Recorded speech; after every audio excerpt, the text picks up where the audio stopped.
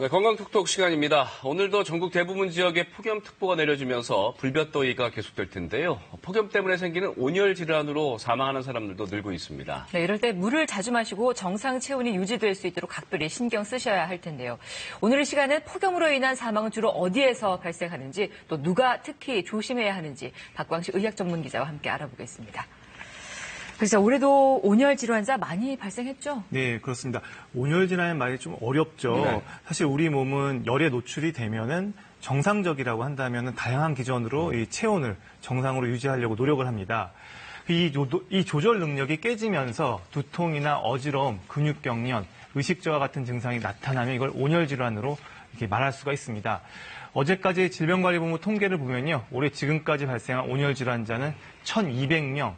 사망자는 6명입니다. 폭염이 사람의 목숨까지 뺏는 건데 결코 더위를 만만하게 봐선 안 되는 이유입니다. 네. 온열 질환으로 신고된 사람은 어떤 특징을 갖고 있나요? 네, 이 폭염에 어떤 분들이 신고됐는지를 알아두면 좀 예방에 도움이 되겠는데요. 그렇죠. 연령대별로 그 특성이 좀 다릅니다. 10대 이하는 학생이 많았고요. 신고 장소가 주로 운동장이었습니다. 그리고 아이들이 사망한 곳은 주로 차 안이었습니다. 20대부터 50대까지 기능직 종사자가 많았는데 실내외 작업장에서 많이 발생했고 숨진 경우 바깥 작업장과 집에서 주로 발생했습니다. 60대 이상에선 무직이거나 농림업 종사자가 많았고요. 집이나 주거지 주변은 물론 논밭에서 잘 발생했는데 열사병 같은 위중한 온열 질환이 많았습니다. 따라서 10대 이하라면 폭염 시 운동장에서 격렬한 야외 활동은 피해야 하고요. 특히 아이들이 차 안에서 혼자 남아있지 않도록 보호자가 각별히 주의해야 합니다. 또 성인의 경우 부득이하게 고온 환경에서 일해야 한다면 2인 1조로 서로의 건강 상태를 살피는 게 좋습니다.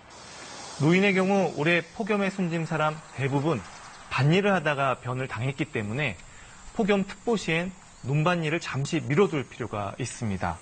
네, 그렇다면 고혈압 같은 만성 질환을 갖고 계신 분들은 조금 더 유의하셔야겠다는 생각이 들어요. 네, 실제로 고혈압 환자들은 폭염이 조금 더 부담스럽습니다. 고혈압 환자는 국내에 한 1,100만 명 정도 추산하고 있는데요. 우리 국민 5명 중 1명꼴입니다. 네. 폭염 상황에선 주변이 덥기 때문에 혈관이 늘어났다 줄었다를 수시로 반복하면서 혈관에 부담이 커지는데요. 여기에 수분마저 보충해주지 않으면 혈액의 농도가 짙어지고 끈끈해져서 혈관의 흐름을 방해하고 혈압이 상승할 수가 있습니다. 이를 방치하면 피떡이 생겨서요, 이 혈관을 막기도 해서 뇌경색과 심근경색으로 이어질 가능성이 높아집니다. 그래서 고혈압이 있는 분들은 물을 자주 섭취해 주셔야 합니다. 그래요. 폭염에는 고혈압 환자뿐만이 아니라 당뇨병 환자도 위험하다면서요? 네, 그렇습니다. 국내 당뇨병 환자도요, 500만 명이 지금 넘어서고 있는데요. 당뇨병 환자는 수분이 많이 빠져나갈 경우에요, 이 혈당량이 높아져서 쇼크를 일으킬 수가 있습니다. 또한 자율신경계 합병증이 있으셔서 체온 조절 기능이 더 떨어져서 온열 질환에 더 취약할 수밖에 없습니다. 게다가 평소 혈당 조절이 원활하지 않았기 때문에 더운 날 좀 운동을 하게 되면 탈수가 쉽게 오고 혈당이 급격하게 상승합니다. 그래서 시원한 물을 자주 마시는 것이 가장 좋고요.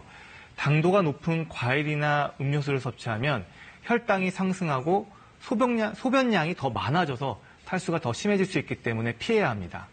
네, 이런 더울 때는 사실은 물을 많이 마시면 건강에 도움이 되는데, 근데 신장에 좀 무리가 가시는 분들은 또 어떤 유의를 해야 되나요? 그렇죠. 이 콩팥에 문제가 있는 분들, 네. 보통 혈액투석이나 아니면 복막투석하는 분들이 대상이겠는데요. 좀 기존의 폭염 예방법과 조금 다른 부분이 있어서 주의가 필요합니다. 신장질환자는 한꺼번에 너무 많은 물을 마시면 안 됩니다. 왜냐하면 부종이나 전해질 이상이 발생해서 어지럼증, 두통, 구역질 등이 유발될 수가 있습니다. 신장질환자는 한 번에 많은 물을 마시기보다는 작은 양의 물을 자주 마시는 것이 좋습니다. 또 요로결석이 있었던 분이라면 땀 배출이 증가해서요, 소변이 농축되고 요로결석 발생이 가능성이 높습니다. 그래서 이런 분들은 재발을 막기 위해서 하루 2.5리터 정도의 물을 마시는 걸 권장하고 있습니다. 사실 건강 관점이 아니라 이 사회적 취약계층도 참 폭염의 무방비 상태 아닐까 싶어요. 예, 맞습니다. 사실 폭염 예방의 핵심은 두 가지입니다. 네. 하나는 물을 자주 마셔주시는 거고요. 하나는 쿨링, 시원한 곳에서 쉬는 겁니다. 그런데 사회적으로 노숙자나 독거노인은 고립된 경우 자체적으로 폭염을 피할 수 있는 여력이 없습니다. 이럴 땐 여러 곳에 좀 문의해보는 게 좋은데요. 보건복지 상담센터 129에 물어보면 노숙인이나 쪽방 주민을 위해 무더위 쉼터를 안내받을 수 있고요. 또 에너지 바우처 콜센터 1600-3190에 연락하시면 기초생활수급자 등을 대상으로 에너지 바우처를 이용한 냉방비를 지원받을 수 있습니다. 이번 내용 잘 기억해 두셨다가요. 안전한 여름 보내시기 바랍니다. 네, 오늘 폭염 속 온열 질환 예방에 대해서 알아봤네요. 고맙습니다.